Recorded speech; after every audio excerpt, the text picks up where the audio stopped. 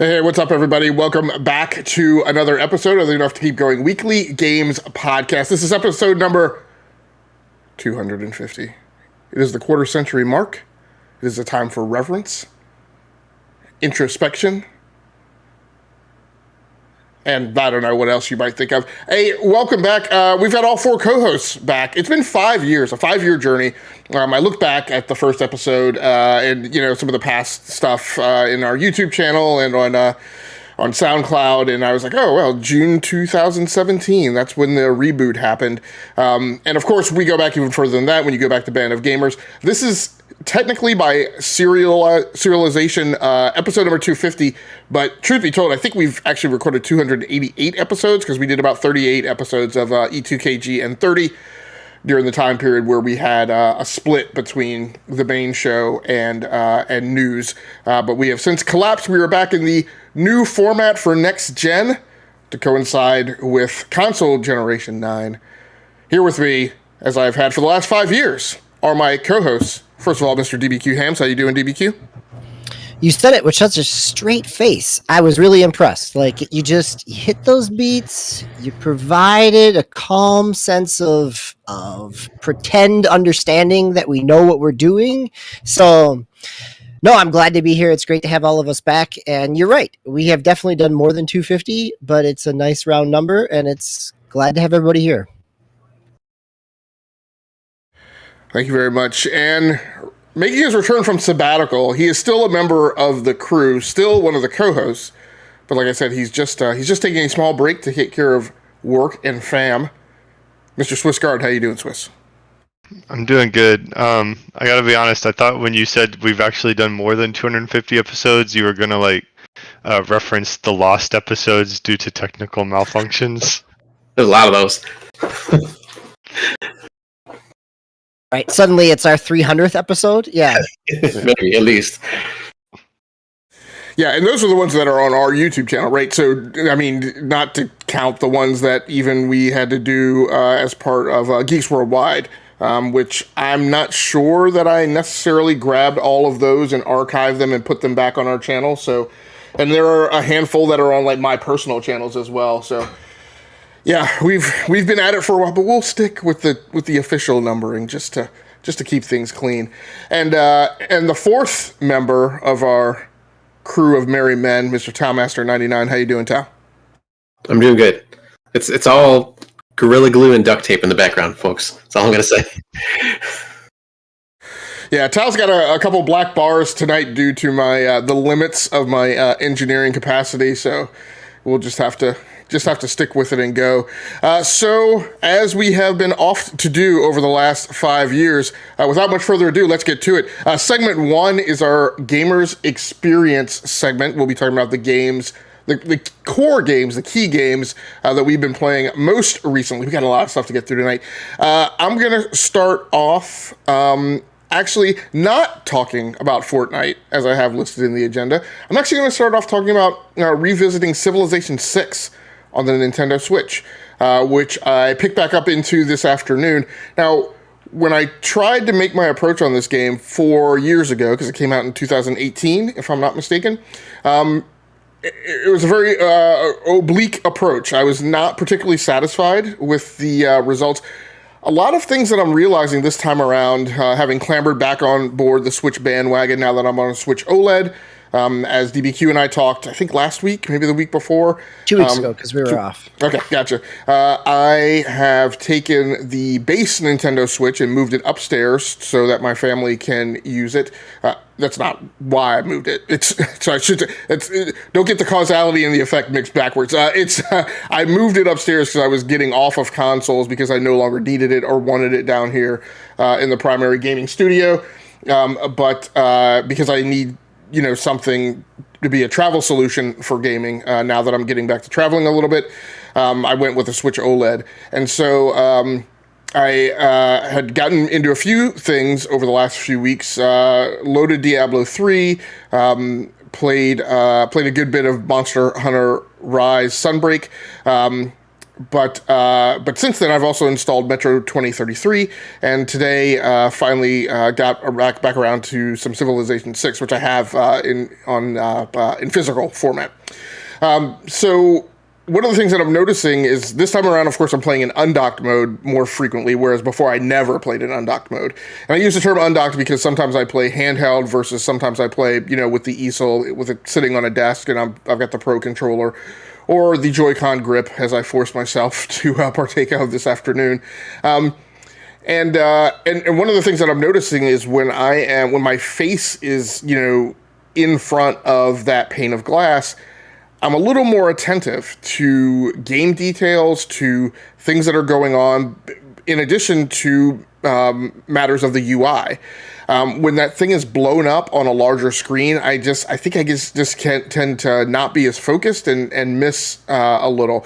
So I, enabled tooltips this time around, which helped out a lot, because one of my key problems the first time I tried to onboard with this was that it just failed. It was a very obfuscated veil to try and peer through to see the game, because it felt like there were a lot of assumptions that you knew. I mean, I've been playing Civilization for a very long time, but I hadn't played Civ 6, at least, recently before, I tried it on the Nintendo Switch, and I certainly didn't have a lot of the iconography memorized, or like where things were situated on the screen. And so if you don't have those tooltips up, there's nothing but icons. And it's not like they're plain text icons that like tell you exactly what it is. You just have to know. But I wasn't able to enable tooltips, and having those on for a few minutes at least kind of got me into the groove of where things were located on the screen. I didn't have to have them up every single time. But the first couple turns, I did things like I mistakenly hit auto exploration on units, and did some other things until I, figured out how to get tooltips up. There were also some options in the menus that helped a little bit with presentation in the UI. There's still a little bit of weirdness just in terms of it not being explicitly clear kind of what you're doing in setting up scenarios, because I play kind of conquer the world mode. I don't play the canned scenarios.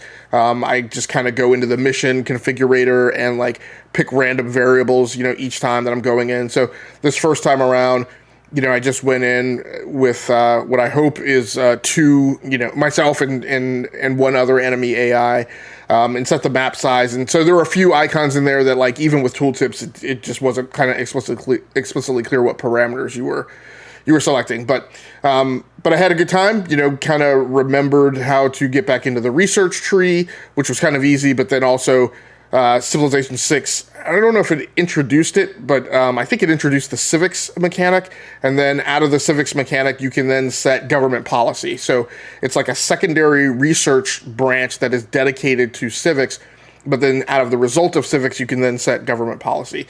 And I haven't, at this point in that scenario, generated enough faith to start down the religion pack, but I'm having a good time, and it's a little more intuitive and a little faster to get through. I think that was one of my other problems too, is not playing on PC. It just felt really stodgy and really pondering, right? Whereas, on a PC, you're on mouse and keyboard, your mouse is flying around all over the place, you're hot buttoning stuff, it's just, it's very fast clicky, so to speak, for lack of a technical term. But, on the Nintendo Switch, you're plotting around with the controller. Now, I will also say the other thing that I added into the mix today is I by the end of the play session, I was partially navigating the UI in the game with the controller, but I was also reaching up and periodically using the touchscreen, which definitely kind of accelerated the gameplay. I don't know that I want to go full touchscreen, because I feel there is a feeling when you're playing it that it's not just a tablet.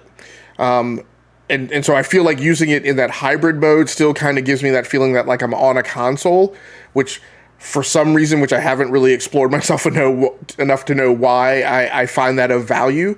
Just because I have spent a lot of time gaming on a tablet, and there are aspects of it now that I'm not super crazy about. Some of that may just be the tactile feel that I've always enjoyed of, like, typically I spend a lot of time with kind of like weird controllers, mini gaming keyboards and flight control systems and stuff. And so maybe I just inherently want that, controller in my hand. But But overall, a much better experience on the second approach than it was the first time. I would say specifically out of the virtue of playing in undocked mode. So Swiss Guard, you have been playing. Can I ask a quick question? Yeah, absolutely. Do you find it? And this is not just for Civ, but I mean, Civ is text heavy. There's a lot of reading. Do you find the fonts like too small for yourself to read, or just hard to read? Not in undocked mode because of my eyesight. I play with, so when I'm playing with it sitting on the desk, I play with my glasses off, so I'm like right in the thing. So no, I don't. And I will also say Civ 6 is text heavy, but it's also only text heavy if you really want to read that text. Like that text is not mandatory for you to get through the game, but admittedly, it's part of the fun of the game. And the way I usually approach it is there are nights, and there are times when, like, if I get my game session started early and I have time to, like, dig into, like, the Civilopedia and stuff, I do a lot of that. But then other nights I, like, just don't read anything at all. But no, not in undocked mode. We'll see. In docked mode, of course, I don't know for certain, but I'm probably going to... I won't be playing on a large screen TV all the time. A lot of times, right now it's sitting on the desk with my primary gaming PC, so I'll be on a 27-inch monitor with it like 3 feet in front of my face. I suspect that it won't be that much of a problem, but we'll have to see. All right, Swiss, the man is back. Time for you to hop on the mic and tell us about this One Step from Eden. This was a, I guess it's indie-ish game. Humble Bundle, I think, published it. And it was like, I had a friend that was really into it, and then it was like on a Steam sale for like $8 or something. So I just picked it up. And it's I've never played Mega Man Battle Network, but apparently that's like a very close approximation of it. It's like a roguelike card deck building grid battle game that's super twitchy and fast paced, kind of sci-fi. Is it twitchy? It's not necessarily like card battling, like where Mega Man Battle Network was not super fast paced. No, this thing is like super quick. It's fast. So you're basically, what it boils down to is your deck are your magic spells. So you have 2 ability slots and like a mana bar. So like your deck, you just load the cards into those 2 slots randomly, and you can choose to, for lack of a better term, cast those spells using your mana. So a lightning bolt might be 2 mana. You have like a 3 mana bar. It'll use that and then load. When you do the 2 both spells, it'll load the next 2 cards. So as you play, each kind of like you'll go through a run. It's roguelike, so there'll be like some stages before you fight a boss, and then you go to the next level. And each round you might get like a option for 3 cards that you can pick and choose to add to your deck or skip them. There are ways that you can kind of guide what types of spell cards end up in your deck, and so that's kind of the deck building aspect, and you can kind of tailor your build and your run as you go. But it's very like, so you're on I guess it's a 4x4 grid, and the enemies are on a 4x4 grid, and you can like really quickly, you have to move around, and it's very, very fast paced.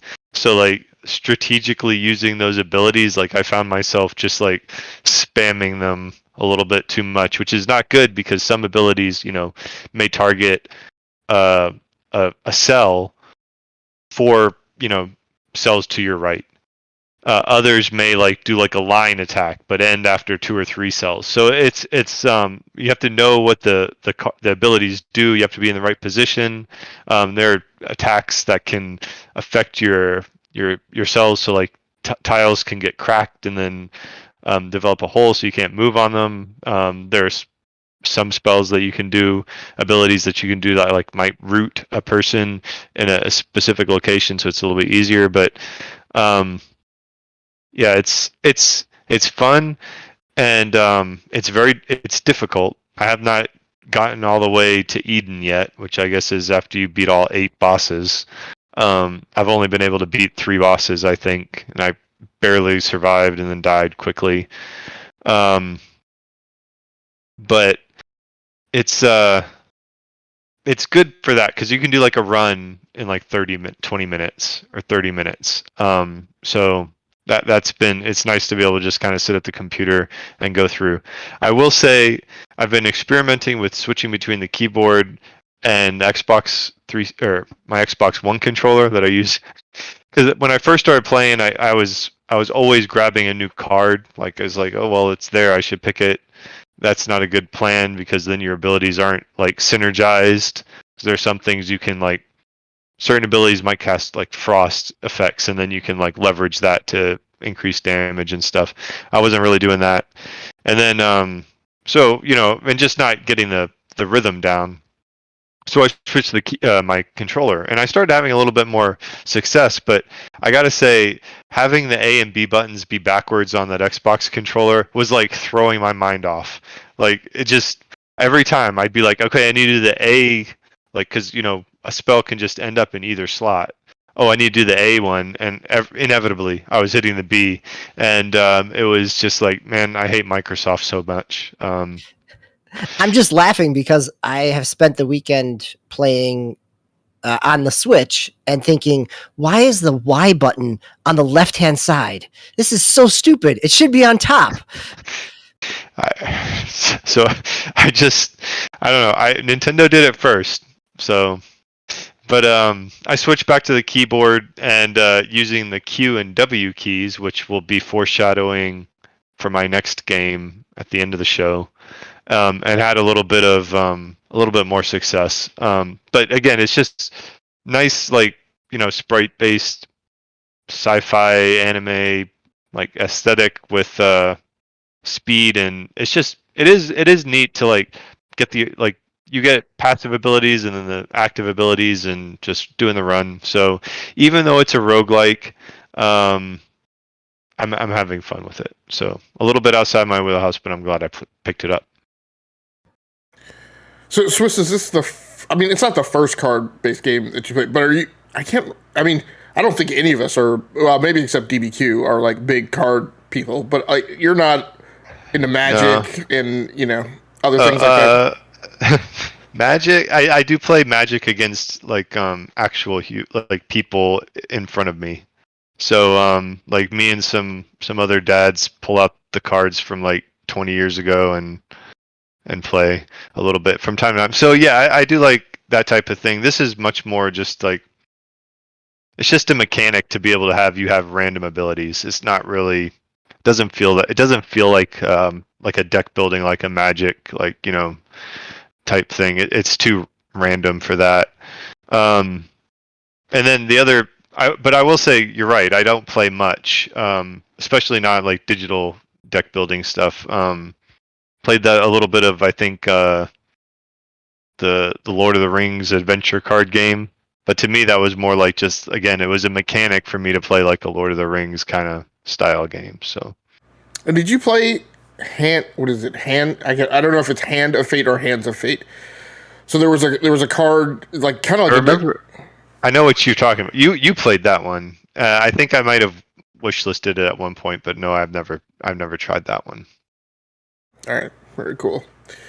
So speaking of co-hosts who have gotten outside their wheelhouse, outside their comfort zone, their Xbox, Tao has also been playing XCloud Gaming on vacation. I'm willing to make a bet that he spent some time playing some things that are not his common fare. So, Tao, is that true?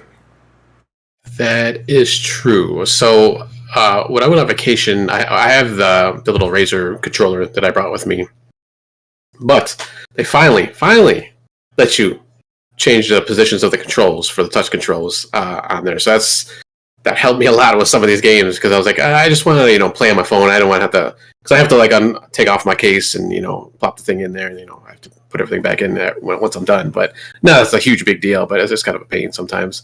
If I only have like a few minutes or like maybe half hour or something. But so finally I was able to, and I wasn't even looking for it. I was just kind of going through the settings on through the app, and I happened to see like a new little controller icon, like kind of old school. It looked like an old NES controller.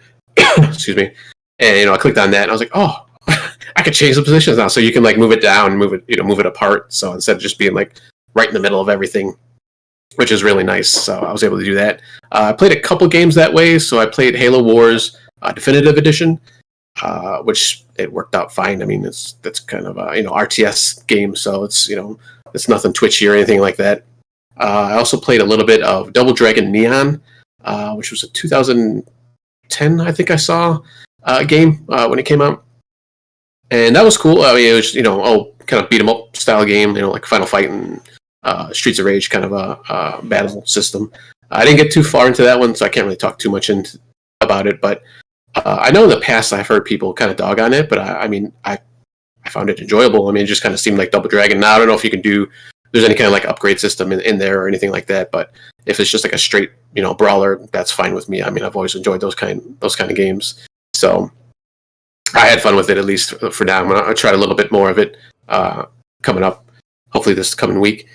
And then when I did, pop in my my portable controller, I played ARK, of course, because I had to go in there and take care of some things in there, my animals and stuff. I don't want to let them die because after a week, I believe after 7 days, if you don't do anything or if you don't go on back on any of the servers you're playing on, all your stuff gets wiped out. So I had to go back in there to make sure everything was good. So I did that. Played MLB The Show quite a bit actually. It's kind of a nice game to just pop on my phone and play nothing. It's nothing fancy once again. Although you might think playing baseball and the batting, I actually think I do a lot better on the on my phone with MLB The Show. So I don't know. I don't know, maybe, or I'm just getting better in the game or something. I haven't really played it too much on my console lately, so I'll have to see how I do on the console once I get back to it on my Xbox.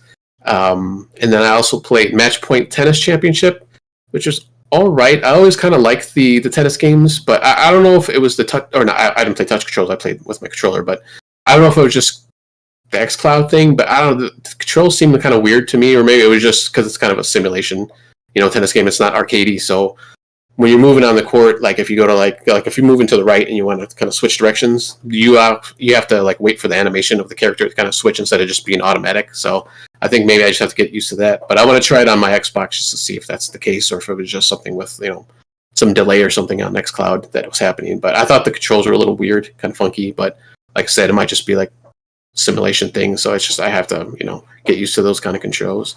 And then I played a little bit. I think I only played like a couple of games of Fortnite. Because you can do that through XCloud now, and that seemed fine. I didn't have any problems with that. So, and the one thing with XCloud too, because this was kind of my first like real test, like being outside of my house, more or less. I've done it a couple times here and there when I was out at like waiting for something like a dealership or something like that, a car dealership. But this was kind of like real world, I guess. A couple different houses I was at. One had like really. It wasn't that great of a Wi-Fi connection. The other one was pretty decent. But in both times, like I didn't really... Sometimes it loaded a little long than usual that I've noticed at my house, but otherwise it kind of connected and I was fine. I didn't really see any lag or anything like that. Nothing that was like too, terrible. So it kind of was kind of, kind of worked. So it was kind of nice. I was able to play these games, outside my house and on my phone. Very cool, very cool. And DBQ, a lot of us were mobile this week, or mobile-ish. DBQ, what were you playing on the Nintendo Switch? So I have been playing a number of things on the OLED, but the most recent game that I played was the demo of Klonoa Phantasy Reverie. So this was the Klonoa remakes of Klonoa 1 and 2, the PlayStation and PlayStation 2 games that came out. And there's a demo on the 2-pack or the game. It's a bundle. You can't buy them separately. It's just $40 for both games. It's out on all consoles and Steam. And on consoles, there's a demo that gives you a little taste of both games. So had a chance to play a little bit of that. It runs pretty smoothly on Switch. It's a cartoony platformer. I remember playing the Wii remake back in the late 2000s when they remade it for the Wii. They remade the original one. It still has that same kind of little bit of, you have a flutter physics to it in terms of the ability. You've got the whole aspect of the game is there. Like if you've played these before, if not, they're a 3D, 2D type of platformer. That it's a 3D platformer, but it operates mainly in a 2D space. And so it's a product of the mid 1990s, the 96, 97 era of trying to figure out what 3D platformers look like on the PlayStation. So, it's a nice little platform. If you enjoy platform games, at least give the demo a check and see what you think. So, very cool, very cool. Tal, I needed to do one loop back to you. As you've been playing all these games on XCloud Gaming, have you hit any in your XCloud Gaming, which of course means it's the Game Pass library? Are you finding any games that you're like, oh, this is really good, I'd really like to play this on Metal, and either bought those games or just shifted to playing them right on your Xbox, right, because you want like the on the Metal experience? Yeah, nothing yet really. Because I usually when I'm doing the XCloud, I'll try to find kind of smaller games. I mean, I know kind of Halo Wars, I guess, is kind of a bigger title, but yeah, I usually try to find like a smaller title that maybe I would kind of fit more with like a mobile gameplay. So nothing yet so far. Can I ask a Halo Wars question in terms of touch? So is it touch on or is it controller? Like, can you grab the screen and select your units because it is an RTS? Like, does the touch screen take the place of a mouse since it was also on PC? Or is it really just controller based?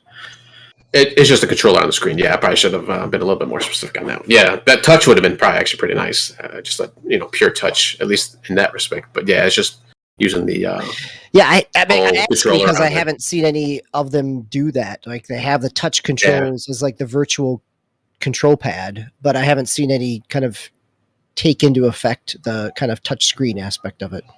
Yeah, I'm assuming that's probably a little bit more involved. Yeah, probably more than they want to do. Yeah, that's a whole different piece there. Yeah.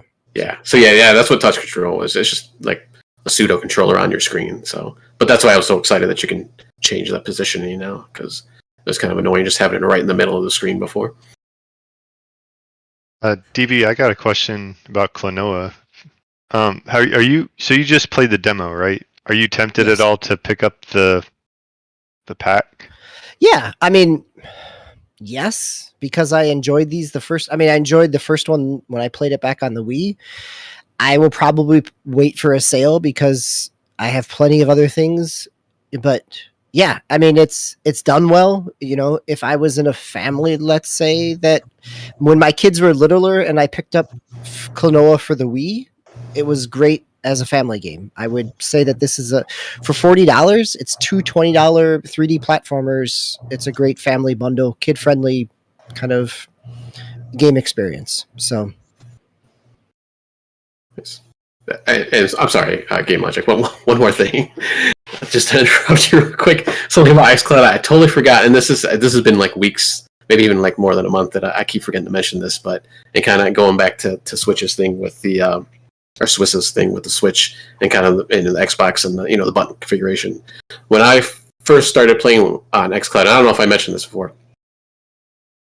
because it's Switch-like, my brain automatically went to Switch controls. So I was doing like the Nintendo controls, even though on that mobile controller it's the Xbox configuration. So and it's still, even today, I still get messed up with that when I'm playing. So I'm like, oh, why isn't this working? And then I realize, oh, I'm not playing the Switch. I'm playing on this is basically an Xbox controller. So I just wanted to throw that out there, which is kind of weird. That just like my just because of the configuration, it's kind of like a Switch.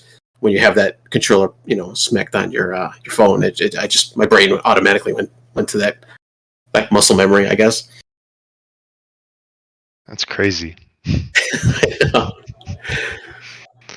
So just going back to the exchange between DBQ and Talmaster, in the fact that on Xbox Cloud Gaming you don't have fully implemented touch controls, I just want to make sure that everyone realizes, you heard it here first, that the Nintendo Switch is a better PC port machine than Xbox devices on mobile playing xCloud Gaming.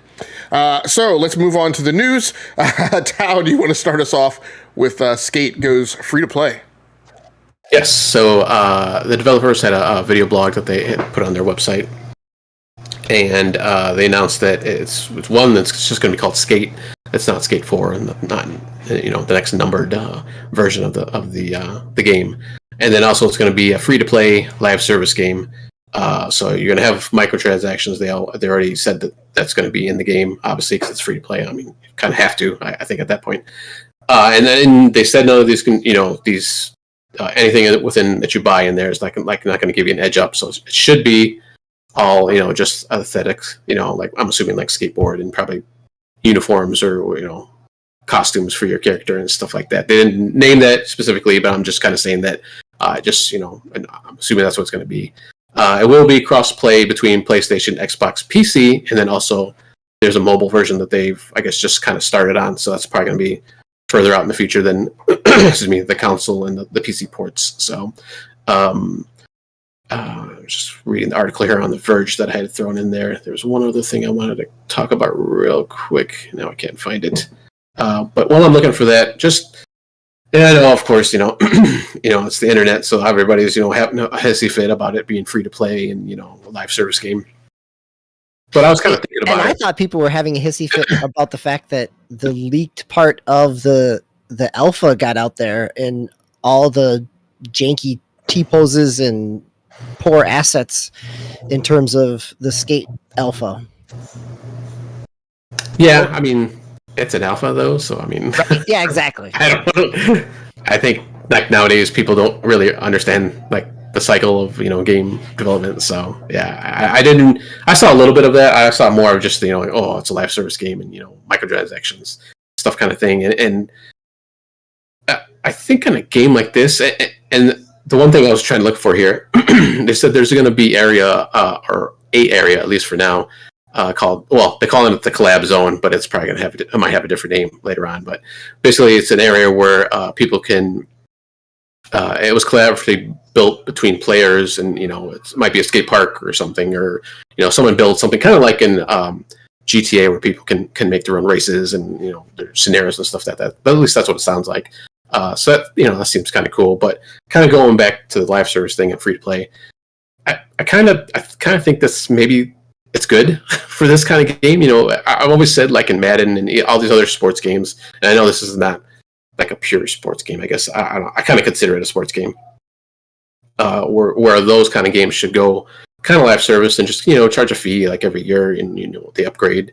The skaters maybe like in this case, they can upgrade like all the decks and stuff like that. The companies kind of coming, going in and out of circulation, whatever's popular or whatever. I kind of think it just me personally that it kind of fits this type of game. So I don't know what the rest of you guys think or what you thought when you heard what was going on with the new Skate. If you even care, like I don't even because I was excited for this because I had started playing Skate 2 and 3 a couple of years back when they came, or at least a year back when they came to Game Pass through EA Play. So I'm looking forward to it.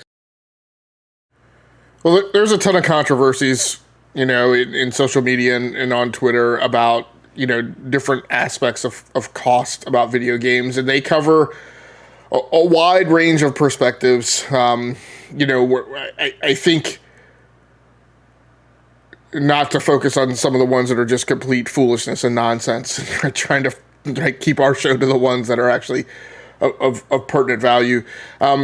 I think one of the things is this notion, which I don't entirely understand, but I acknowledge its existence, and that's this notion that people who are just opposed to any movement by a corporation or a company, any breakage of the status quo, automatically and inherently means if it's good for a corporation or good for a company, then it must be bad for me. And so that kind of binary thinking is part of one of the extreme points of problems in the gaming community and gaming conversation. But one very nuanced point actually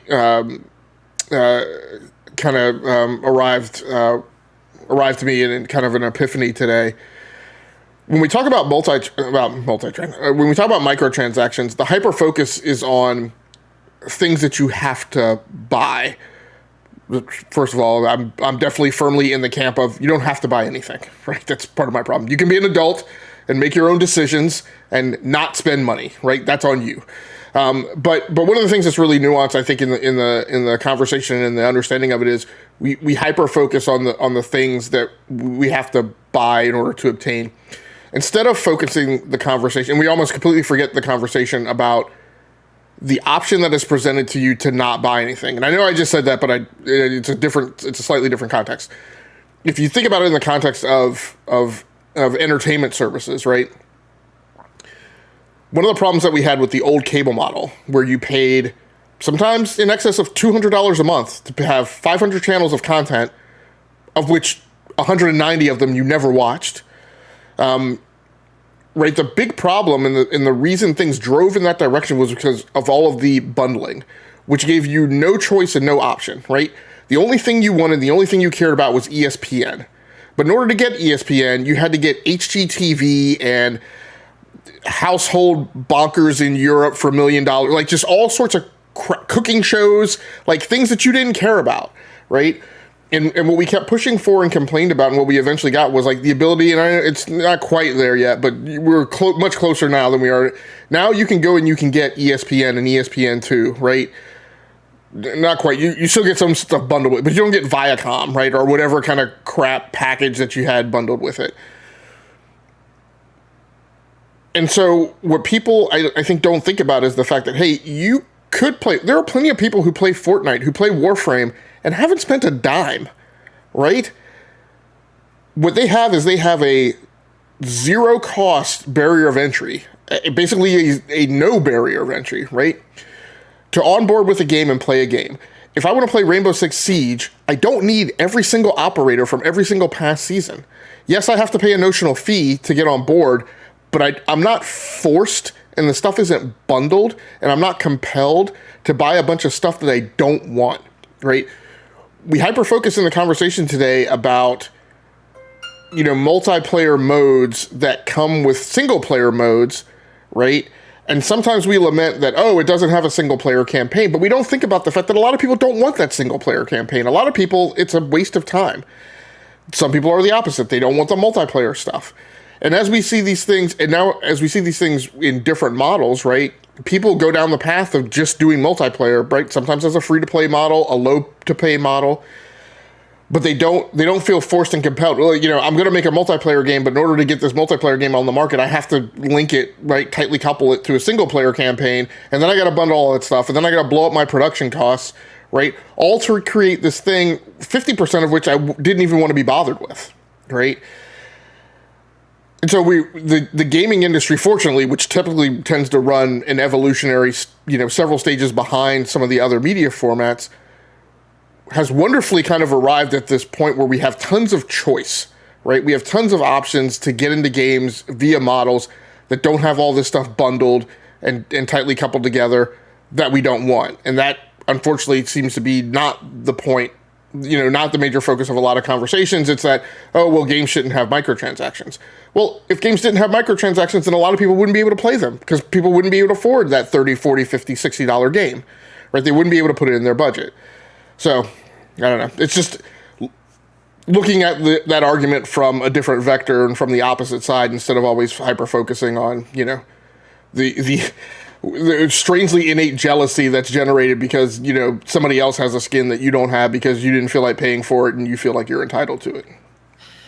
Okay, Game Logic, I know you're hosting, but you just gave yourself a perfect segue into the next story, talking about free-to-play games that give the chance for a community to discover them, evolve over time, only because there's a low barrier to entry. So, teeing it up. You teed it up for yourself, sir. That I did. And I did that unintentionally. That wasn't my point. Tao, did you have anything else on Skate before I go to Soulframe? No, yeah, you can go ahead. You can go ahead. So as DBQ said, Soulframe is the next game from Digital Extremes, the creator of Warframe, which just has a grotesque amount of content that's available for people to participate in for free, without paying anything. You can bling your Warframe out if you want to, but you don't have to. Quite honestly, there's so much content there for free that I find it overwhelming, and have an inability to get into Warframe without having a guide right next to me telling me what quests to go through. And again, the vast majority of those quests are free. But, it's been quite a while. It's been 9 years now that Warframe's been going. Constantly gets refreshed. Free next-gen upgrade was provided for PlayStation 5 and Xbox Series S, or Xbox Series X and S, without you having to pay for the upgrade or pay an additional $10 fee or whatever. So now they are turning their eyes more towards fantasy. And so I think it's fantasy. Swissguard may disagree with me, which would be fine. I'm not an expert on these areas of content, so he can definitely step in here. But over on IGN, in an article by Adam Bankhurst, Soulframe is being described as the mirror universe version of Warframe. Soulframe is the next game from Warframe developers Digital Extremes, and this new project that is inspired by Studio... Is it Ghibli or Ghibli? Ghibli. By Studio Ghibli's Princess Mononoke? That's correct. Okay, thank you. Looks to be in the mirror universe version of Warframe, set in a fantasy world. And I think by mirror universe, they just mean it's Warframe, but in a fantasy setting. TennoCon is going on right now. I guess it's an annual, minus the pandemic, gathering of Warframe players and Digital Extremes, showing off whatever is the next campaign, typically, right, kind of in Destiny 2 kind of... Destiny 2 does a lot of stuff like Warframe, and Warframe doesn't get credit in many cases for kind of blazing the path before them on these campaigns, kind of expanding on the lore. But Soulplay is going to be a free-to-play, open-world adventure. Again, this is quoted from the article, that is heavily influenced by themes of nature, restoration, and exploration, alongside such works as Princess Mononoke and The Neverending Story. These inspirations will help the team build a world that is the collision between industry and nature. In service of that, the world will show its displeasure toward players who occupy it. I have not seen... So when we say it's based on Princess Mononoke, Swiss, I assume that you're familiar with that mythology. Can anybody help me out? Has anybody dug more into this? Is this going to kind of be Warframe Ghost of Tsushima, or is it going to be something different we expect? So I watched like the trailer, because when it said like inspired by Princess Mononoke, like I did get excited. But I don't know if like that's kind of a story of I guess I could see it being kind of an open world type thing. I felt like from the movie, the trailer, that it was more like they just took some scenes from Mononoke and then were like, oh, look, we'll get the fanboys excited. So, the main character in Mononoke, Ashitaka, rides an elk. So in the trailer, like there's this moose that comes, and there's like a scene where Ashitaka's kind of beat up, and he's like kind of laying half in the water, and then his elk helps him out, and they kind of show that in the trailer. And Ashitaka has like a curse on his arm, so his arm's like super powerful, and they kind of like showed something kind of like that in the trailer. So I don't know if they're like just pulling from just like some style elements from it more so than story elements, because some of the other stuff I didn't really feel. I mean I've seen it fairly recently, but I didn't feel translated. I actually got a Elden Ring vibe, a Soulsborne vibe at the beginning when you had the three knights dudes sitting around a fire. But yeah, I'd be interested to see it, like how far they take it, or if it's just kind of like there's some Studio Ghibli fans on staff that were like, we can pull some stuff from here and kind of make it our own. The fact that it's Soulframe makes me think it's going to be more Warframey. So yeah, that makes a lot of sense. As I was reading it, and I read it, I discovered this on the Washington Post is where I found this. Right, but that idea of the planet kind of revolting against its population, like being poisoned by population and kind of fighting back, which feels a little. I mean, I can see some inspiration there, but then in another paragraph they talk about it being the ground shifting throughout the day, that there's procedurally generated areas. And so it almost feels like it's a narrative conceit for why something could be procedurally generated, is that if the planet is going to shift, that it allows that ability for kind of constantly changing dungeons or areas type of thing. Feels a little more M. Night Shyamalan, The Happening, to me. But so... Pretty sure they're not going to reference that. Right, really not. So it's very interesting. So one of the things, and I didn't write up a segment, specifically for this show, because I figured we just wanted to do the show like within the normal time frame. But I considered like having, DBQ mentioned, maybe we'll have a navel gazing segment in here. And I considered putting in, a segment to kind of talk about, the changes that we've all gone through as gamers over the last 5 years. One of the things that's been very interesting is at various points, each of us has gone down this path of spending more time with live service games. You go back 5 years and like live service games were absolutely out on the show. All four of us kind of unilaterally had a, kind of don't want you, can't stand you, not my priority kind of approach to a lot of these games. That has grown over time, and some of us have dug deep on certain titles and gone down that path. So one of the things that's interesting is we started going through that evolution and that change kind of as these types of games were kind of hitting their second generation, right? Because their first initial, like, them landing on the market and their first stage evolutions, a lot of us kind of bypassed, right? Or only tepidly dipped into them.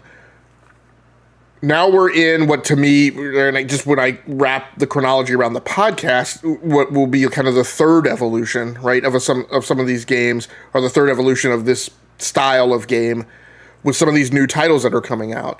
And as I start to pay attention to more of these new titles, I go, here's the opportunity, right, to get on some of these things at the outset. So I don't have like the chasing the comet's tail, right, like I did with Warframe, or like I did with, I'm trying to remember another one that was like heavily lore-based. Maybe Destiny 2, just because I kind of got into it and then got out of it, and then a lot of stuff progressed, and then when I came back, I was like, what the heck is going on now? Tao, you're one of the people who is deep on live service now, but I don't know that the ones that you're in are like heavily lore-based. What are your feelings on a game like Soulframe that is heavily lore-based, and this notion of, do I get in here early? Skull and Bones is one that I'm thinking, like, I'm planning on getting into Skull and Bones early.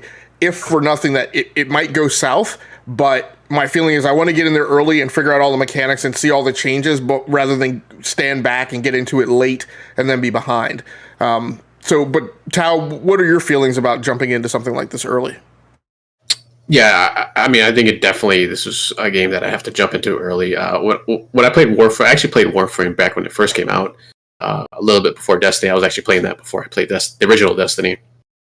I had a good time with it, and then Destiny came out, and I kind of just gravitated toward that just as a Bungie. I was like, oh, okay, they've done Halo, and there's a new game from them, something totally new that hasn't been done in a while. So I dropped off Warframe and came back like years later, and I was so confused on that game. Like I don't, like you said, you need a guide to understand most stuff in there now. There's how things work, and I even tried playing with one of my friends too. We were both trying to figure it out. I was like, what's going on? I'm like, why can't we do this certain things? And it was just like, we're just we kind of go back and forth every once in a while too into it. But this definitely looks pretty cool. And I know in the article they mentioned it was more of a. I mentioned in the article it's more of melee based, but I always thought Warframe was kind of melee based. I mean, most of the weapons I used there was mostly just the sword. And I know you had guns in there too, but I kind of always gravitated toward the melee stuff anyways. So it'd just be, kind of a natural progression, I guess, if it's more focused on melee. Maybe they'll have like bows and arrows or something, or whatever that world's version of it is, like a crossbow or something. But it looks like it's just going to be totally, more or less more melee. But yeah, I mean, it's definitely it's something I think you'd have to get into pretty early to just kind of not only get into it early, but kind of keep with it, just so you can kind of don't have the same thing that happened with me with Warframe, where I just kind of lost it and I was like, I don't know what's going on anymore. Or maybe they as they're making this game, they kind of have that in the back of their minds, maybe, so it's not so hard for newcomers to come in, later on. So we'll have to see. Yeah, I don't think it will so much be that it will be so much as an increase in melee as it will be a extreme decrement in range combat, right? Because there just aren't going to be that variety of weapons available. But I agree with you. Like, Warframe is obviously heavily martial arts based. I think the danger in this game is that I think what we see and what we've talked through is that I don't know that there's going to be a ton of like mechanical advancements. I think they're just taking the Warframe engine, or at least the underpinnings of it. I'm sure that they've reworked, an engine. I mean, in order for it to be, because there's so much of a theme now about like doesn't look next gen, that it really has to be something that's built for this generation of technology, and it really needs to be kind of impressive looking, and impressive feeling, right, in game mechanics. The danger for them in this game is I don't know that it's going to be that much of a walk away from the way Warframe feels. It's going to be heavily based on story, right, to get that differentiation. But I think at the end of the day, it's going to be Warframe and in ancient Asian culture, which could play well, right? The one upside of Warframe is I feel like it's a great kind of martial arts, right, combat engine. And so if they capitalize on that, I think what it needs is a little more weight, right? I've talked about how Call of Duty Vanguard, how it feels very, almost cartoonish, right? But it's really got to have weight. I mean, what Warframe doesn't have is when you run into somebody and you hit somebody, it's very lightning quick. And for a game to be grounded in ancient times, or like an ancient kind of setting, a fantasy setting, I feel like, look, when you get hit by a 300-pound bruiser, right, or you shoulder butt into a person like that, like it should feel different, right, than when you're fighting like a smaller, lightweight character. So I don't know. Anything else? Yeah, go ahead. I was going to say that, and they mentioned in the article too how when they're talking to the developer, one of the developers, how the combat's going to be a little more slower and heavy, but kind of like you're saying. So, and once you mentioned Elden Ring too, that's kind of what I was thinking when I was reading the article before I even got to that part of the article where they say, they kind of a little bit inspired from, the Dark Souls and Elden Ring type of games too, where, there's a little bit more, like heaviness, and just kind of like when you hit somebody, they might reel back or something like that. It's not just like boom and then they're down or anything like that. So that should be interesting. I think it's a really interesting contrast between Skate and Soulcraft, just because like I'm not a huge, like, I'm probably the last of the group that has dipped their toes into the live service pool, and whenever I hear live service, my initial reaction is always disappointment. Like I'm still kind of trained that way, but it's because it's not that I disapprove of microtransactions. One way or another, like, you got to pay your developers got to feed their families. But it's that sense of obligation. And like everything you've talked about with this, it's, if it's lore based and story based, but then it's, seasonal, and how long do they stretch those seasons out so you can experience some meaningful progression. For me, that means in the story. I don't really care about unlocking every last doodad per season or anything like that. But that's always a turnoff, because I know I'm not going to be able to invest the time that's required for it, and that's always the temptation, I think, for developers, is how are you going to stretch it out. Skate feels to me like, I agree with Prime, or with Tao, that it lends itself to that like microtransaction type thing. You can jump in, skate, and jump out again and compete, and that competition based live service is more palatable to me. Yeah, I definitely think Skate is not lore heavy.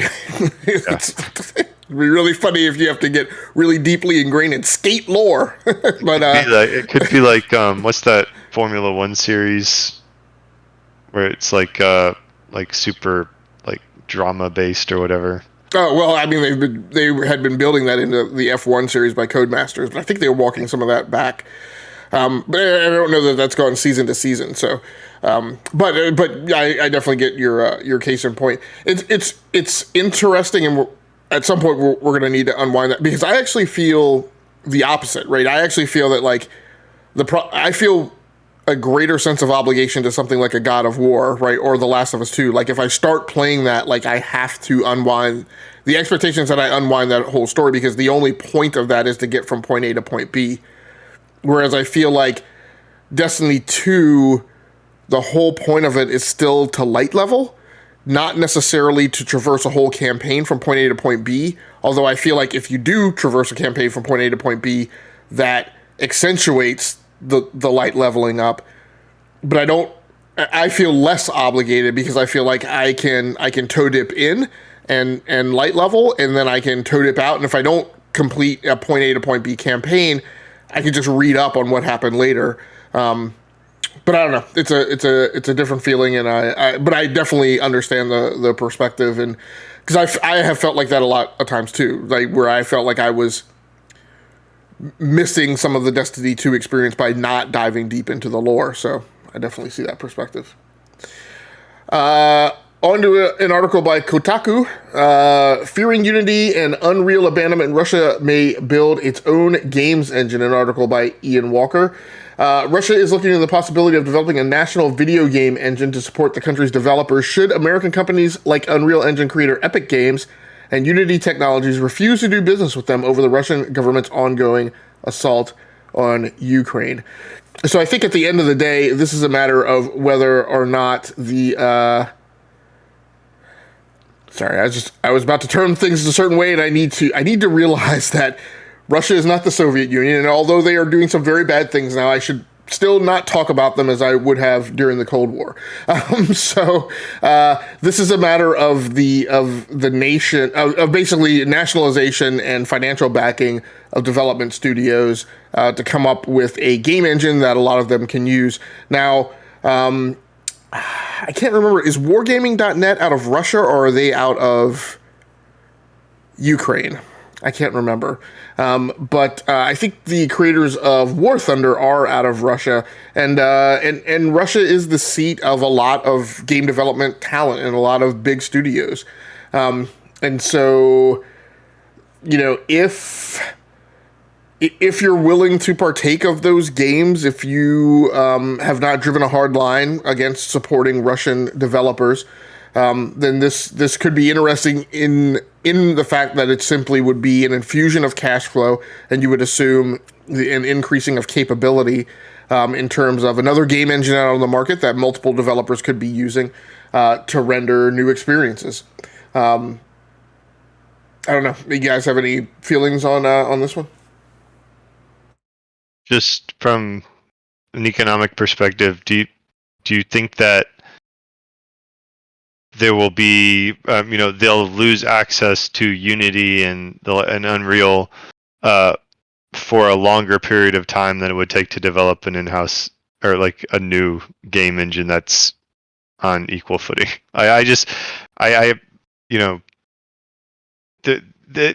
Are they even like? It's not like these engines you're stopping dead, right? I mean, you're probably not getting updates. I don't think it means that the development studios are at a standstill either.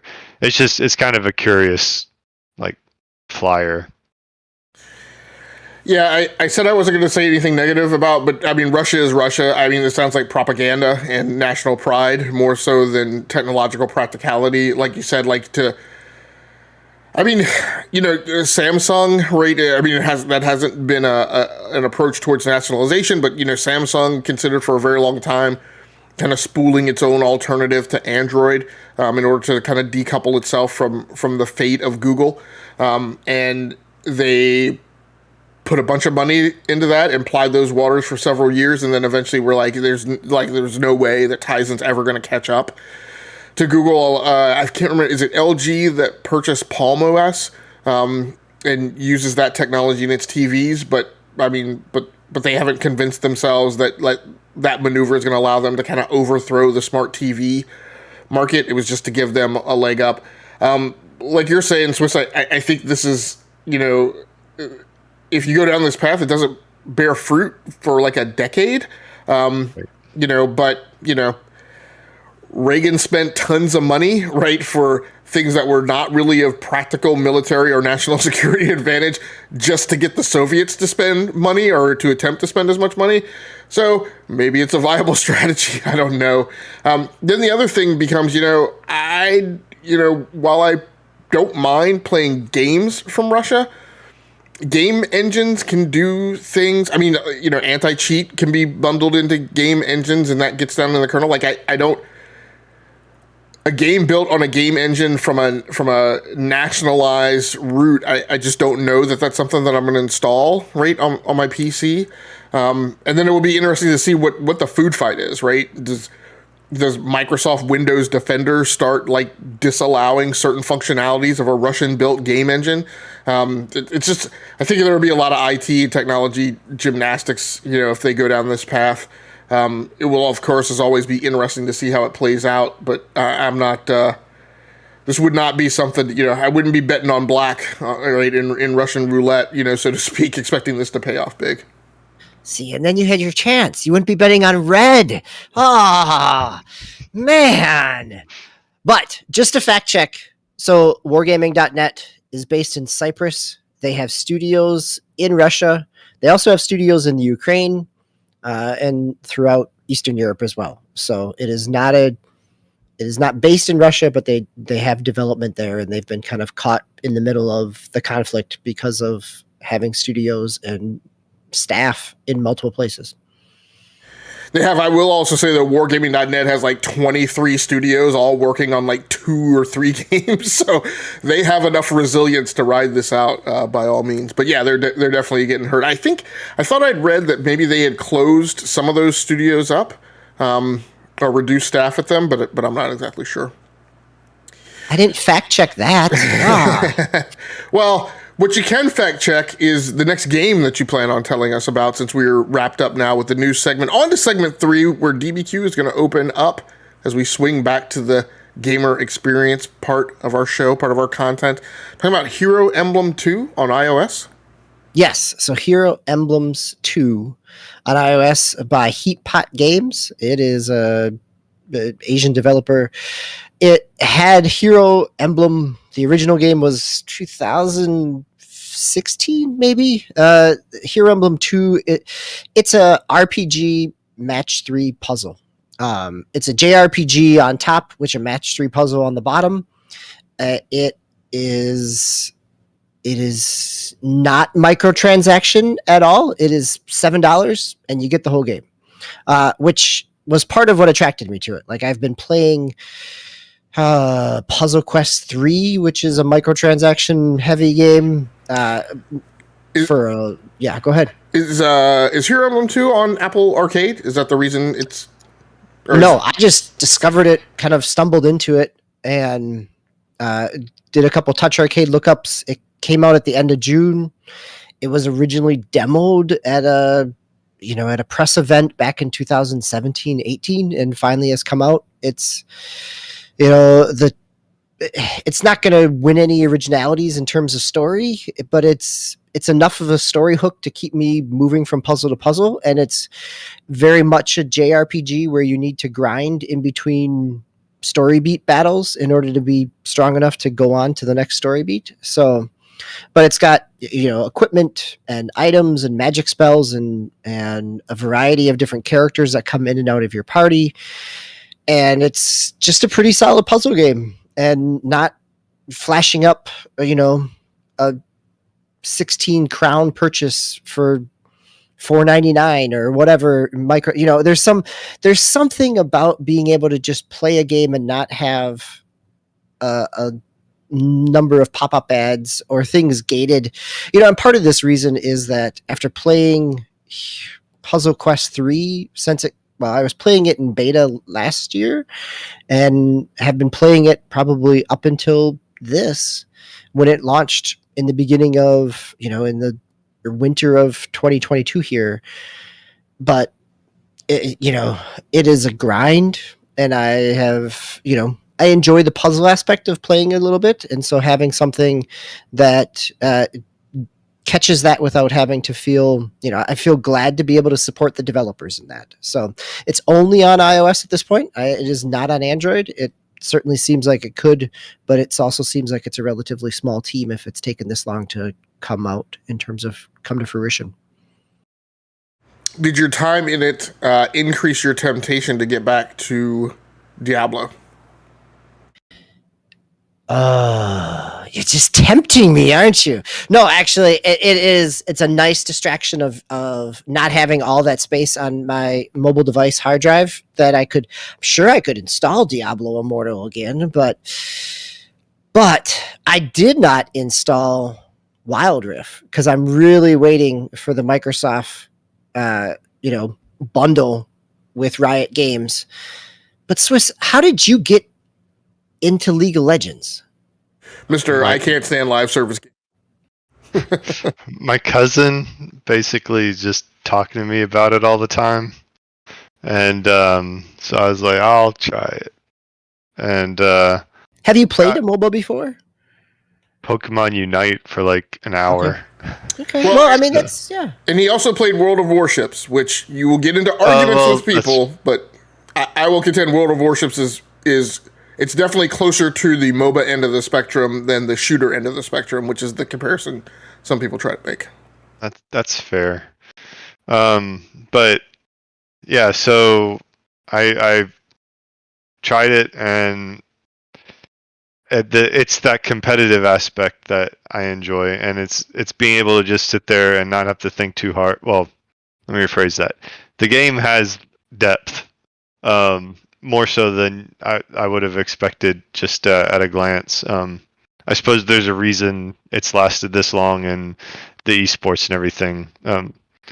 Sorry, and I apologize. Like, it's 2022, and there's somebody like League of Legends has depth. It's like really lame, but it's new to me. Okay, so yeah, I enjoy being able to sit, and like you'll probably notice a theme that I'm playing games that don't take as much investment, even though I do enjoy the God of Wars.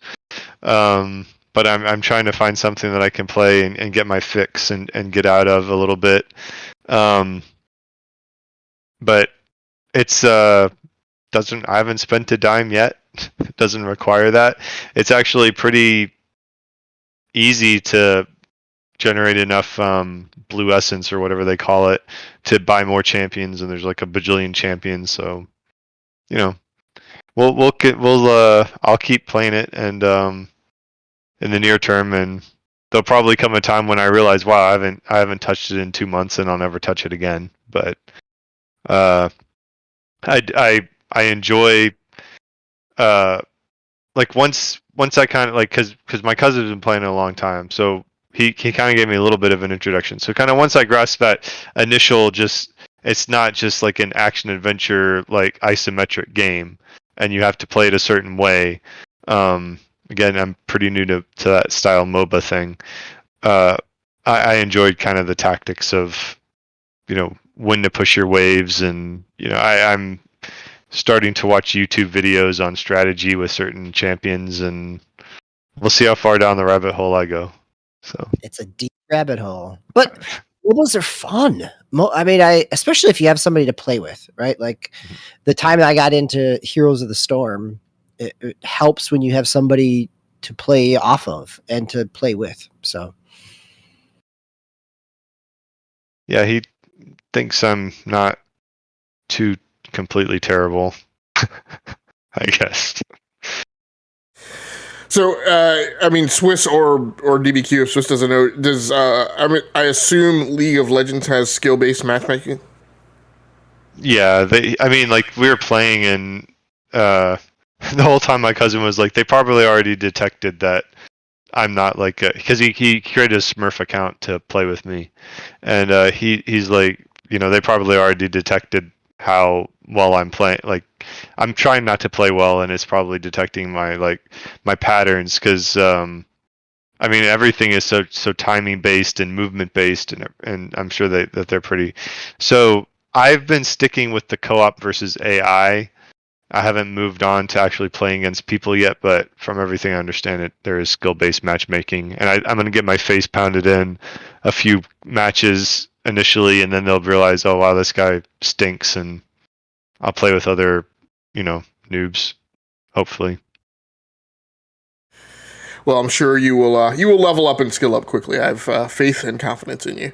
Tao, After the Fall and Legendary Tales. Oh, this is a VR game. So you want to tell us about it? Yeah, so I think I mentioned a show or two back when I was on that I wanted to jump back in VR, and I finally I was able to. I think it was like the weekend, like right before I left for vacation, and then just this weekend also I jumped back in. I was playing Legendary Tales both those weekends, which is kind of the going into dungeons or castle. They're dungeons basically, kind of clear out rooms and get loot. Excuse me, get loot and stuff like that. So I enjoy the game because it's more physics based. So it's not so you just hit somebody and they fall down and die. It's they kind of like rear back, or you can like parry and stuff like that. So it's a little bit more realistic. Fight skeletons and goblins. So I mean, how realistic is that? But you can get like power weapons and stuff. Like there's different rarities of weapons you can pick up. So the last few times I played, my one friend had been playing for a while now. He's just he goes in and out of it. Mainly because they kind of stopped development, and I believe it's still early access, basically on Steam, and I'm playing it through the PC link on the Quest 2. But he was showing me he had got a bunch of like legendary weapons and stuff. So there's like a shield, it's basically like a Captain America shield. You can like throw it and it comes back to you. A God of War type of axe, I believe he was saying, where you can throw that too, and you can recall it. I guess you can do that in God of War. I'm assuming the newest one, because I don't remember doing that in the old ones. And then just some other kind of variety of weapons and armor and stuff like that. So we've been playing that, and they hadn't mentioned. I think it was on their Discord about a week and a half ago. They had finally announced that they're bringing out new content later this year. They didn't specify, so I'm probably assuming like later near the end of the year, a bunch of new like weapons and enemies, and I guess a different location too. So I'm pretty excited for that. That's probably one of the reasons I kind of jumped back in, just to get reacquainted with it. And then After the Fall is kind of the Left 4 Dead, Back 4 Blood type of gameplay. You just got a bunch of zombies coming at you, and you just got to clear out areas and kind of progress through the different levels. I think there's like 5, it might be 6 now. I think they might have added one. That you can run through, and once again you can get like different weapons, and as you beat each level you get money and stuff, so you can upgrade your weapons or buy new types of weapons. So it's just your regular shotguns and pistols and ARs and stuff like that. So it's pretty fun though. I mean, it's different in AR when you're doing it in VR than just doing it on your computer screen. So it's kind of cool, the interactivity of it. So I've been playing that too, and then that's pretty much all we had been playing the last couple times we jumped in there. I thought there was something else, but I can't remember. I just played one other game. It might have been pretty quick, but I can't remember which one that is. But yeah, definitely jumping back into VR. It's fun. I like it. Very cool. Very cool. My next game up in the queue is a pair, Halo Infinite and Fortnite. I'll try and cover the two of them in the same amount of time as one. And Swiss, I held on to my comments in your segment until I got to this. I feel like this is the evolution, or this is the bug at least, that has bitten a lot of us, right? Is that, as we started the podcast talking about, grown-ups who game, and, a bunch of us came from casual adult gamers. It was always this topic of, this compression of time that as gamers we experience when we get families, homes, jobs get bigger, right, et cetera. But as we saw with Greylock, as he migrated out of the podcast and we switched from Band of Gamers to Enough to Keep Going, there's another evolution kind of later in life when all that stuff still gets even bigger, right? Even as, kids grow up and leave the house, there's still sometimes some experience of time compression. At least there's some bathtub, right, that we go through, and you're in it now. I'm in it now, where it's like, look, man, I don't have time to dive deep on a God of War and be there for 4 weeks, because I only get like 10 hours of game time per week. Now I've got to play Halo Infinite so I can play 3 to 6 matches in 30 minutes to an hour of time and be done. And I need to be in a game where, like, look, if I just got to drop out, right, I can go. My big problem, particularly since going back as early as when I started live streaming, my problem was, look, if I boot up a game in an hour and a half time and it's like unpredictable whether or not I'm going to actually make any forward progress, or if I'm going to get stuck on a puzzle, right, or try and beat the same boss like 15 times in a row, Elden Ring, then at a certain point you start making, value-based decisions on, like, what's the trade-off? Like, am I going to do that, or am I going to go play a competitive game where, I can, I'll be skill-based, I'll be match-made with people in the same skill, and I will play in the upper band of that, and I will feel, pride return right in that hour block of time as,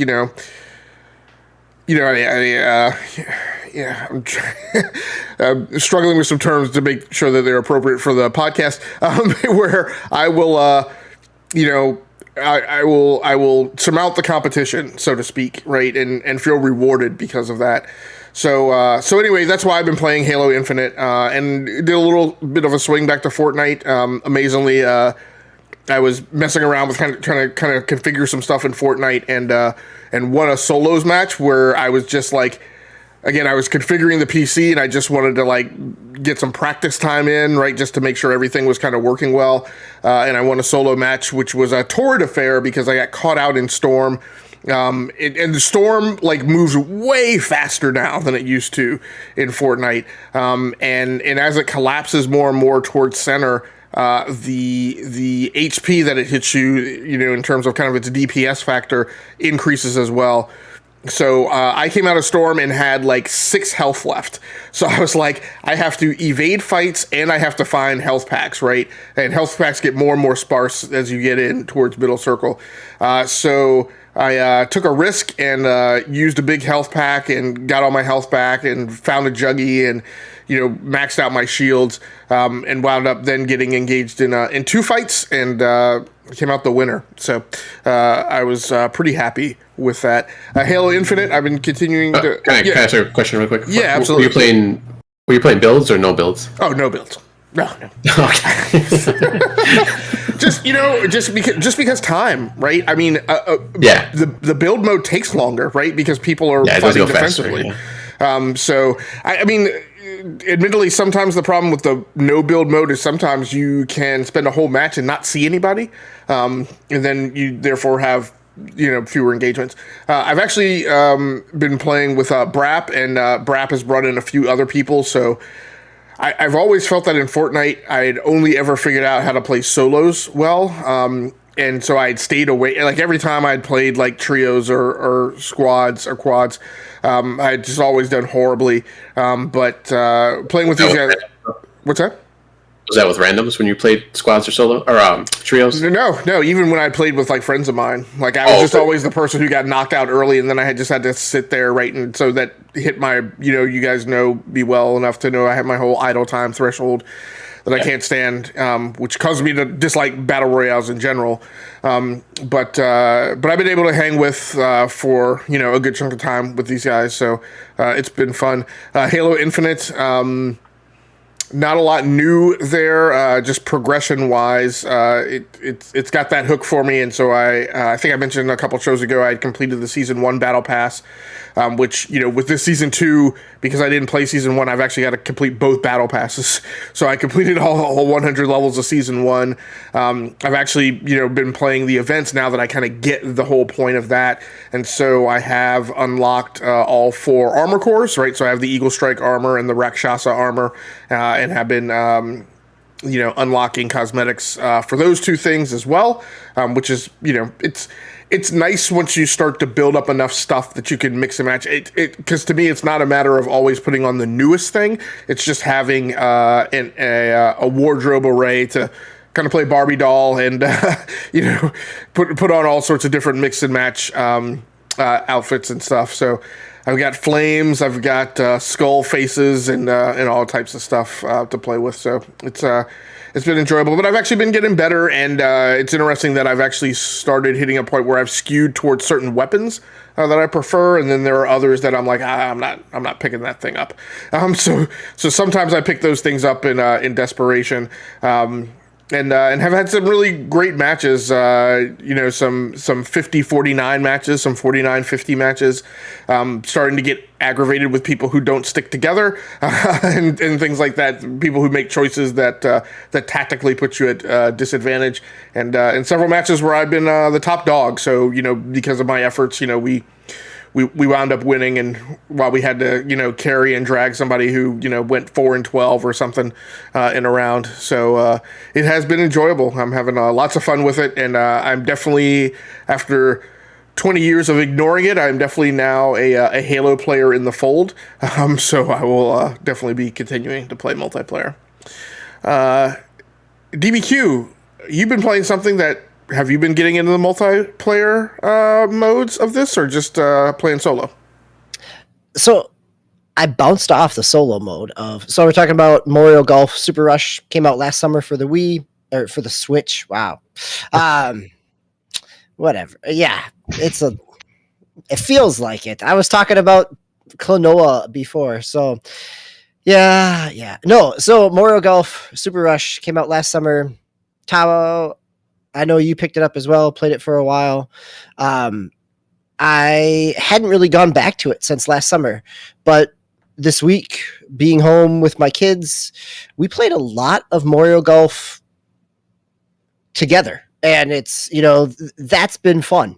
And sitting there, they've added some new courses. There's a new Donk City. There's a couple other ones, which is from Mario Odyssey. It's a city, like par 3, but all through skyscrapers and down narrow streets.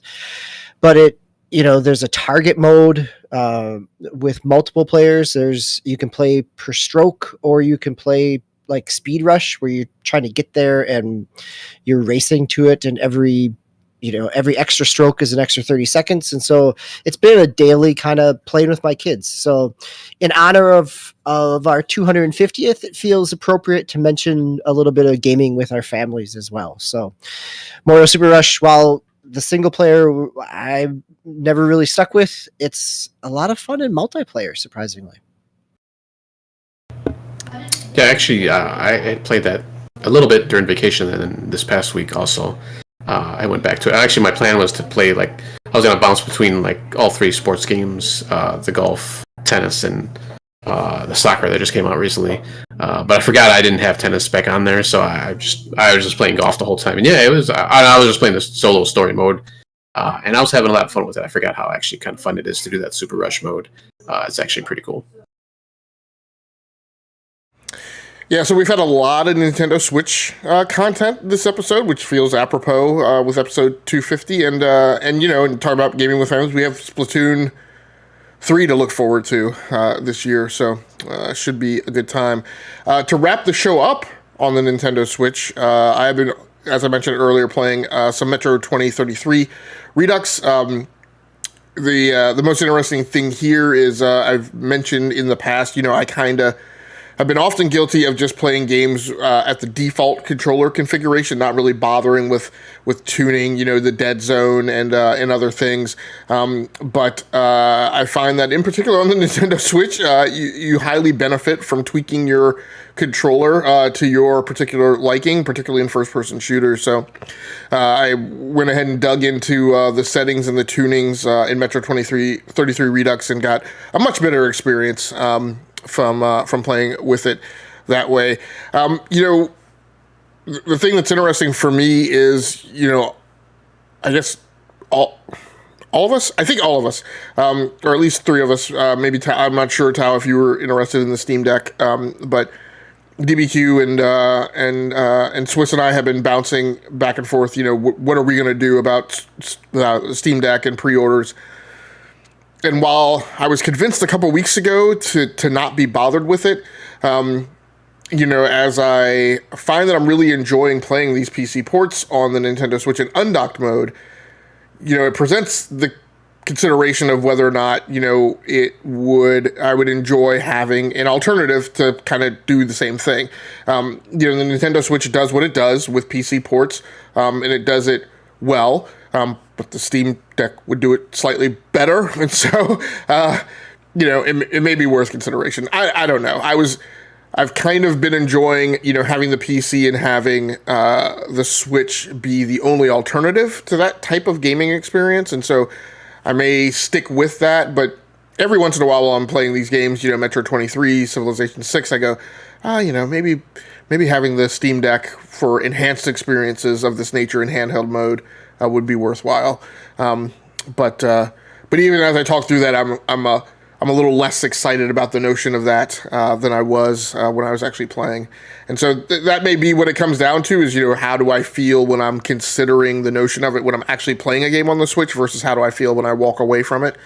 And from my experience owning a Mustang, I think where I ground down is the reality is I wind up feeling better about the reality when I'm away from the thing than the reality when I'm thrilled and participating in the thing.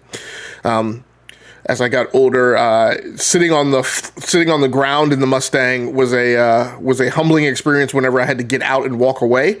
Although, in the moment when I was driving the Mustang was super exciting, but I eventually ground down on the way I felt when I was away from the thing, and that's what encouraged me to get rid of it. And so that may be the direction I go in not getting a Steam Deck, but we will see. Next, Pix Plays. Practice understanding your social map and gaming contextuality. So this is the next Pix Plays assignment, which we will report out on next week, will be a lot about kind of a little bit of what I talked about tonight, which is about these social aspects of gaming. And, not just the gaming with other people, but, talking about gaming with other people, texting, DMing, whatever you want to call it, in Discord, right, about multiplayer games with other people, and just kind of, my social map on Twitter, right, is somewhat anchored to the people that I game with and the games that I game with other people. And so this is an opportunity to kind of explore that contextuality and kind of talk about it on the show. So DBQ Ham says that he will be getting into Destiny 2 and Madden 22. I will be talking more about the multiplayer social experience and aspect of playing Halo Infinite. And Towmaster has yet to make his choice, but Tao's always playing something social, so it'll be interesting to see which one he plucks out as being significant and differentiated from his other experiences. That episode, Towmaster will be the host, so DBQ and I will be flying the wingman positions and proceeding according to his direction. So I want to thank everybody for gathering for episode 250. It has been special. I will have some sentimentality as one of my duties post-show is post-show and post a 50th episode in our series, which is archiving the version of the agenda in the Google Doc and opening up a new doc. Because we found that once we get beyond 50, that doc starts to crawl and become very low performance. So this will be a rather sentimental ceremony as I close down the one dock and open another. With that, anything anyone wants to mention about the show or any kind of, I don't know, sentimental feelings about episode 250? Guys, I just can't do it. I really, it's been great. It is great. It's going to be good. I appreciate the community and the camaraderie. So thank you, all three of you. And for everybody else out there listening throughout the years, in and out, on and off, we appreciate that as well. Yeah, I just want to say, you had Game Logic. You had mentioned how you're kind of went back through some of the older episodes, and a few months ago, I had gone back to the Band of Gamers episodes, and I would just kind of flip through some of those episodes. I was like, wow, we've come a long way. So for the better, of course. Maybe not technology wise, because we still seem to have problems sometimes. But I mean, I think that's just that always happens with technology. But yeah, I'm glad I've been doing this for all these years, and hopefully we can keep going into the future. Another 250. Yeah, I'll just I echo everybody's sentiments. It's been a pleasure. I always enjoy spending time with you all. So thank you. Yeah, the thing I'll add in parting is, in addition to doing this podcast, I do a lot of, blogging, YouTubing, interfacing with other people out in social media on the gaming scene. And a lot of times that's not only a grind, but just disappointing sometimes in kind of encountering some of the perspectives that some people have, and some of the opinions that to me equate to not really having a love of video games, right? In the way that we love it. A lot of people profess about like gaming being a part of their lives and yada, yada, yada. But I always find that I hit these points where their perspectives feel limited and constrained. Like, I love video games up until they do this, right? Then I don't. And there's sometimes some rigid vectoring right in that direction of like a thing directly in your path, where on this show, I think whether it's because of our age or just kind of the background of our lives, I think by and large, when we encounter those things, our attitude is we just step aside, right, and figure out another way to move forward rather than like feeling stuck right in our existence. And so the main thing that I wanted to convey is, very often when encountering those opinions, I just hit points where I'm like, I'm done. Like, I'm done talking to people about games. Like, let me just go back into my hole where I used to play video games by myself and didn't talk to anybody about them. And this show for me is like the recharge, right? It's the pivot. It's the thing that gets me back into it, and the thing that constantly reminds me that there are conversations that I can continue to have that to me are of value, and not just of intellectual value, but of emotional value. And so, I want to thank you guys. You guys have definitely kept me into it. And you guys have definitely, significantly returned greater value than I ever experienced when I was kind of just doing this on my own. So I appreciate it. I look forward to another 250 episodes, right? Whatever age that takes us to. One of the interesting things is, if you go back to the old episodes on the YouTube channel, we're all far more gray than we were when we started this. So there's that. For everybody else out there, it's been a great 250 episode run, 288 episode run, across all the different episodes. And, way back in the day, all the different content formats that we used to cover, comic books and movies and TV shows. And since then we've collapsed to just covering games, but you guys who have been subscribers to the channel have stuck with us through those various changes, through the various format changes, and we appreciate it. So that all being said, stay safe out there, take care of yourselves, play the games that you like, and come here to talk about the games that you love. Once again, my name has been Game Logic from the Rounding Off Infinity Gaming channel on YouTube, one of your 4 co-hosts on the Enough to Keep Going Weekly Games podcast on the E2KG Network podcasting channel on YouTube, joined here tonight by DBQ, Hams, Swissguard, and Towmaster. Until next time, good night, good luck, and good gaming. That's going to do it for us. We're out of here.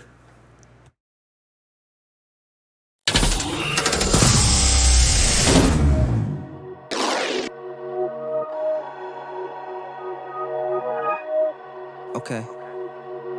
Do good, do great, and they talk bad on you. No need, no face, cause they're not factual. I won't stay too long here, I'm just passing through. I might hit the bank and get a bag or two. My mama asked me why you got that cash on you. Second you switch up, they might get mad at you. No, you're not my friend, so no, I'm taxing you. You're all like my sons, I'm going dad on you. Good job, get mine, no prob. Hit my line, you're irking me, I hit that woosah. No, I don't got perks on me, I sleep good on God. Spend that money, make it reappear, ta-da. I've been getting paid, I've been eating good, I've been putting on some weight. If I got a problem, I just call my brother babe. This is like a warning shot to get up out my face. This is like a warning shot to get up out my way. This is like a warning shot to get up out my lane. 1, 2, 3, 4, 5, 6 to the 7. My girl said I'm a dog, but all dogs go to heaven. Thank the Lord when I wake. I've been sleeping like a baby, cause I know my paper's straight.